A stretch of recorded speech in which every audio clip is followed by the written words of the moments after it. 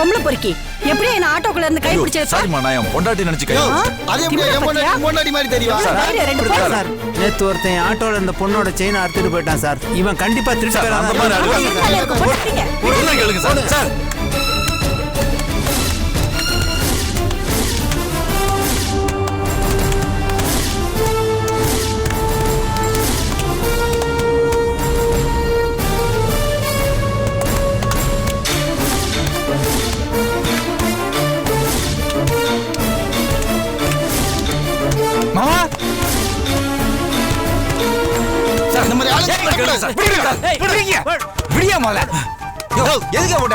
என்னோட மாமையா வேலைக்கெல்லாம் மாமா போய் இருக்காங்களா? அறிவு கட்டதனமா பேசாதே. என் அக்கா புருஷன் அவரு. எங்க அக்காவை வேற காணும். அவங்களதான் நாங்க தேடிட்டு இருக்கோம். ஓ தப்பு பண்ண வேண்டியது மாட்டிக்கிட்டு அது காரணம் சொல்ல வேண்டியது. என்ன காரணம் சொல்றாங்க? என்ன பண்ணுங்கற? அடிக்குங்கறியா? அடி இல்ல போலீஸ் ஸ்டேஷன்ல போய் கம்ப்ளைண்ட் கொடுத்துலமா? வா சாரியா. வேணாம் விடுப்பா.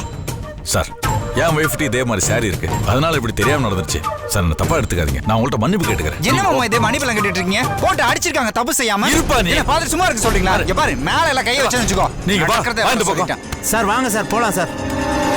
என்ன மாமா என்ன போய் எடுத்துட்டு வந்துட்டு இருக்கீங்க? உங்களை கை நீட்டி அடிச்சிருக்கான், அவனை அடிக்க வேணாம். இல்லப்பா அவங்கள அடிக்கல, நான் செஞ்ச பாவத்துக்கான தண்டனை தான் இது. என்ன மாமா சொல்றீங்க? ஆமாப்பா, சரஸ்வ நான் கை நீட்டி அடிச்சேன்ல, ஒரு நல்லவளை அடிச்சதுக்கு பலனை தான் நான் இப்ப அனுபவிச்சிருக்கேன். தப்பு என் மேலேயும் இருக்கு மாமா. எப்போதும் அக்காவுக்கு சப்போர்ட் பண்ணி தான் பேசுவேன். கோவத்தில் நானும் அவளை திட்டேன். அந்த மனசு ஒடிஞ்சு வீட்டை விட்டு போயிட்டா. கவலைப்படாதீங்க மாமா, கண்டிப்பா அக்கா கிடைச்சிடுவா. கவலைப்படாதீங்க, வாங்க போலாம்.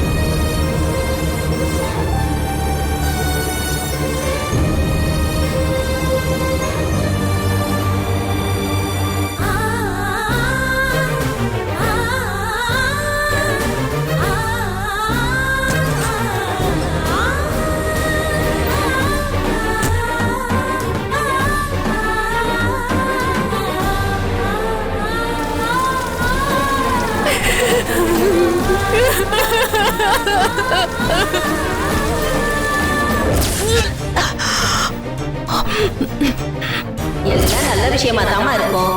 நீ கர்ப்பமா இருக்கேன்னு நினைக்கிறேன். ஹலோ என்னங்க?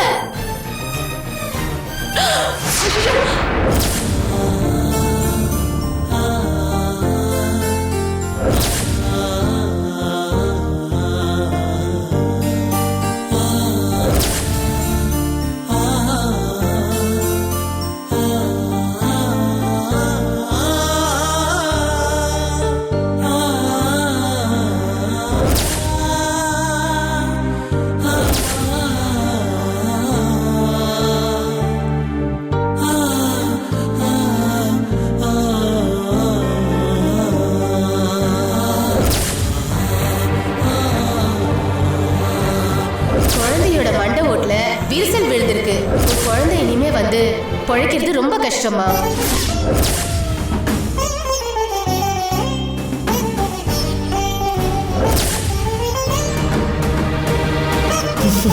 நல்லா இருக்கணுமா?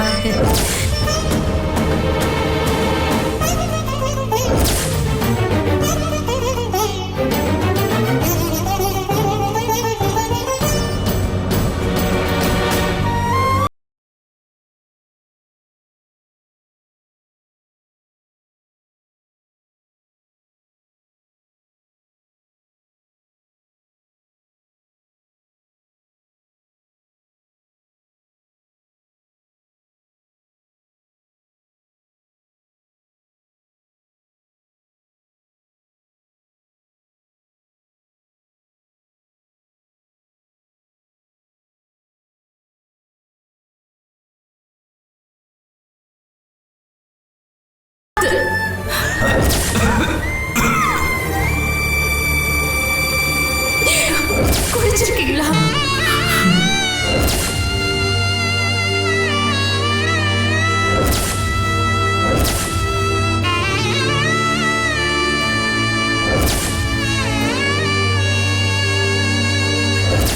நான் கால வேணாலும் விழுறேன்.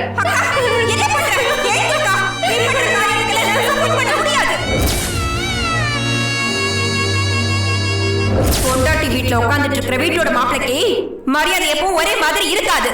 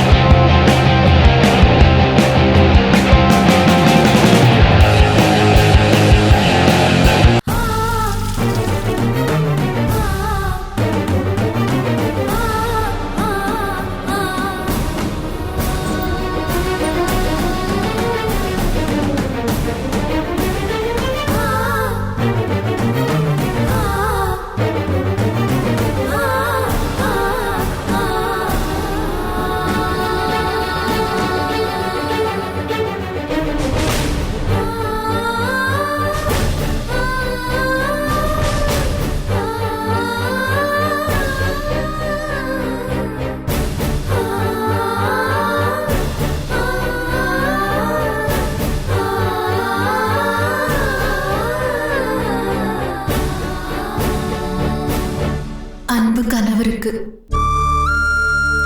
உங்களுக்கு சந்தோஷம் தர இயலவில்லை. குழந்தை பெறும் பாக்கியமும் இனி இல்லை.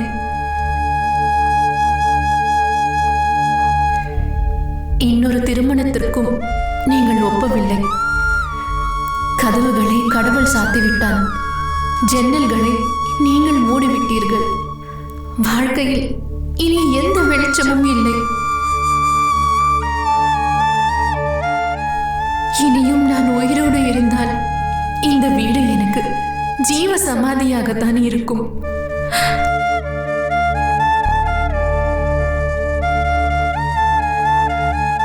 நான் போகிறேன். என்னை தேட வேண்டாம். என் மரணத்திற்கு பிறகாவது இன்னொரு திருமணம் செய்து கொண்டு சந்தோஷமாக நிறைய குழந்தைகளை பெற்றுக் கொள்ளுங்கள். இதுதான் என் கடைசி ஆசை.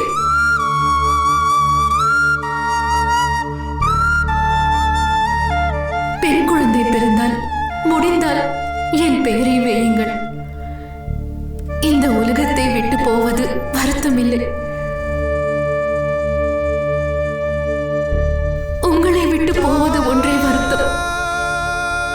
7 ஜென்மத்தில் இந்த ஜென்மம் மட்டும் உங்களை விட்டு பிரிகிறேன். மற்ற 6 ஜென்மமும் நம் பந்தம் தொடர ஆண்டவனை வேண்டுகிறேன்.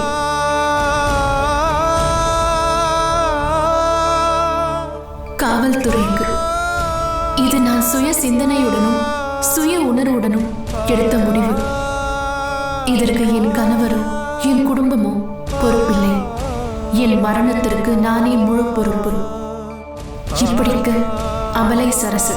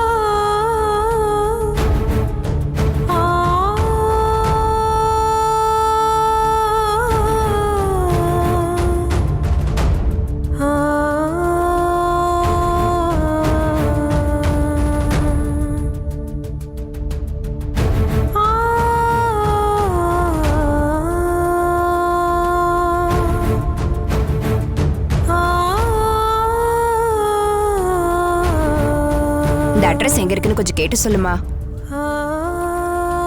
ஹலோ, நீங்களே சொல்லுங்க, நானே வந்துடுறேன்.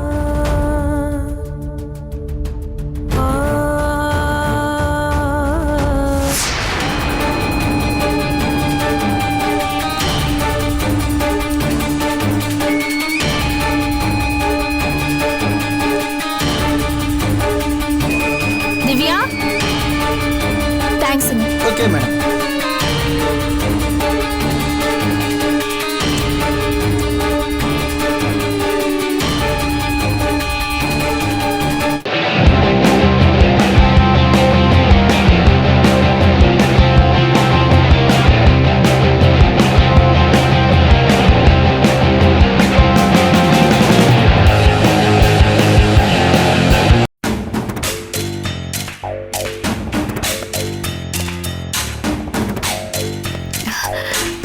என்னம்மா, எப்படி இருக்க?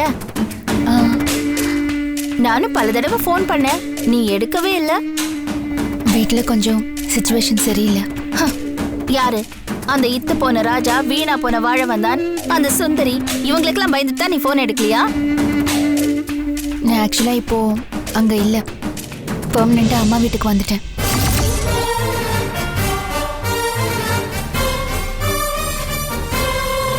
என்னடி சொல்ற? ஆமா, நானும் ராஜாவும் மறுபடியும் டைவர்ஸ்க்கு அப்ளை பண்ணியிருக்கோம். கூடிய சீக்கிரம் கிடைச்சிரும்.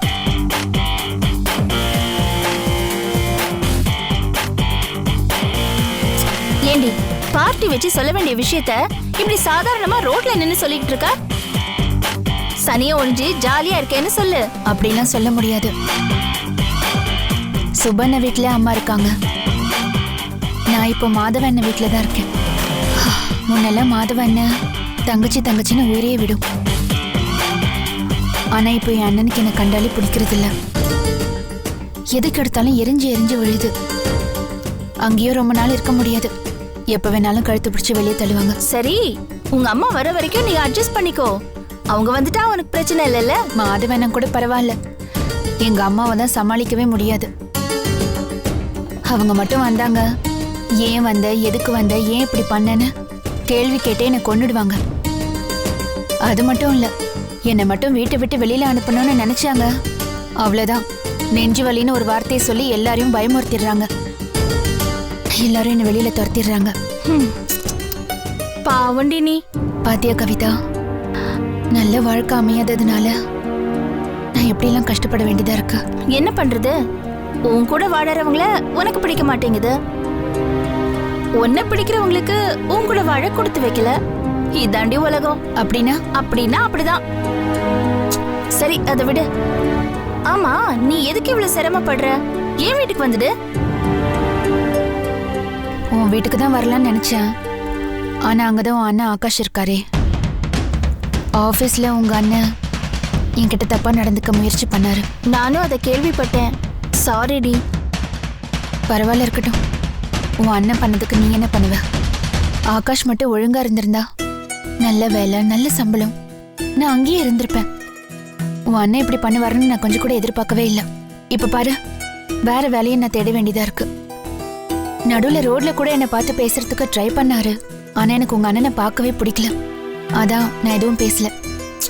அவன் வீட்டுல இருக்கிறதுனாலதான் உன்னை வீட்டுக்கு கூட்டிட்டு போறதுக்கு தயக்கமா இருக்கு. இல்லனா என் கேரக்டர் உனக்கு தெரியும்ல, உனக்காக நான் உயிரையே கொடுப்பேன். இப்படி ஒன்னு ரோட்ல நிக்க வச்சு பேசிக்கிட்டு இருப்பேனா? கைவிலங்கு போட்டாவது உன்னை அரெஸ்ட் பண்ணி வீட்டுக்கு கூட்டிட்டு போக மாட்டேன். பரவாயில்லடி, யாரு எப்படி இருந்தாலும் நம்ம ஃப்ரெண்ட்ஷிப் மட்டும் மாறாம அப்படியே இருக்கே, அது வரைக்கும் சந்தோஷம். நான் வேணும்னா ஒரு ஐடியா சொல்லட்டுமா? உன் வீடும் வேண்டாம், என் வீடும் வேண்டாம், ஒரு நல்ல லேடிஸ் ஹாஸ்டலா பார்த்து நீ அங்கேயே போய் தங்கிக்கோ. ஏன், எவனையும் மதிக்க தேவையில்ல. நல்ல ஐடியா தான், ஆனா லேடிஸ் ஹாஸ்டல்ல தங்கணும்னா அந்த ரூம் வாடகை, என்னோட செலவு, இதெல்லாம் நான் எப்படி பண்ணுவேன்? என்கிட்ட காசு இல்லையே. ஏய், நான் இருக்கிறப்ப நீ ஏன் அதை பத்தி எல்லாம் கவலைப்படுற? உனக்கு எத்தனை லட்சம் வேணும்? உனக்கு என்னை பத்தி தெரியும்ல கவிதா, நான் யார்கிட்டயும் கடன் வாங்க மாட்டேன். அதனாலதான் நீ எனக்கு ஏதாவது ஹெல்ப் பண்ணணும்னு நினைச்சா இப்போதைக்கு எனக்கு எங்கேயாவது ஒரு நல்ல வேலை வாங்கி தாயே ப்ளீஸ். அவ்வளவுதானே, நான் ஏற்பாடு பண்றேன். சரி, நீ எங்க போற? நான் டிராப் பண்ணிடுறேன். இல்ல, இங்க பக்கத்துல தான் ஒரு கம்பெனில வேலை கேட்க போறேன். ஓ சரி, அப்ப நான் கிளம்புறேன். சரி ஒரு நிமிஷம் இரு. நீ எப்பதாண்டி கல்யாணம் பண்ணிக்க போற? என்னைக்காவது அதை பத்தி யோசிக்கிறியா? அதுக்கெல்லாம் டைம் எங்க? இப்படி சொன்னா என்ன அர்த்தம்? கல்யாணம் பண்ணிக்கிட்டு நீ அவஸ்தைப்படுறது தான் பாக்குறேன்ல, நானும் அவஸ்தைப்படணுமா? சரி, நான் கிளம்புறேன்.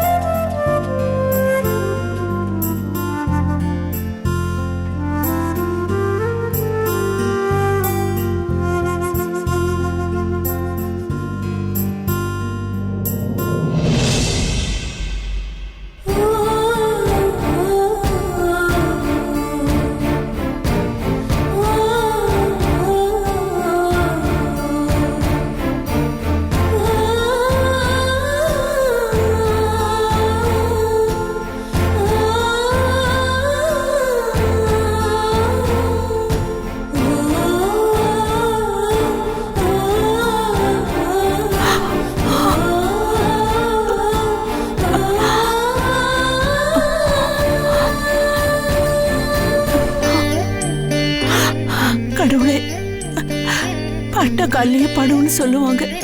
அந்த மாதிரி எங்க குடும்பத்துக்கு ஒவ்வொரு சோதனையா வந்துகிட்டு இருக்கு. அந்த பக்கம் திவ்யா வாழ்க்கையில பிரச்சனை, இந்த பக்கம் சரச காயத்ரி வாழ்க்கையில பிரச்சனை. எவ்வளவு பிரச்சனை வந்தாலும் தாங்கிக்கலாம், ஆனா விபரீதமா ஏதாவது நடந்துச்சுன்னா அதை தாங்கிக்க முடியாதுப்பா. சரசு ஏற்கனவே குழந்தை இல்லைன்னு மனசு உடைஞ்சு போயிருக்கா. கோவத்துல வீட்டை விட்டே போயிட்டா. அவ உயிருக்கு எதுவும் ஆபத்து இல்லாம அவ கோபத்தை குறைச்சி அவ தப்பா உணர்ந்து திரும்ப வரணும். உனக்கு காணிக்க வச்சுட்டேன்.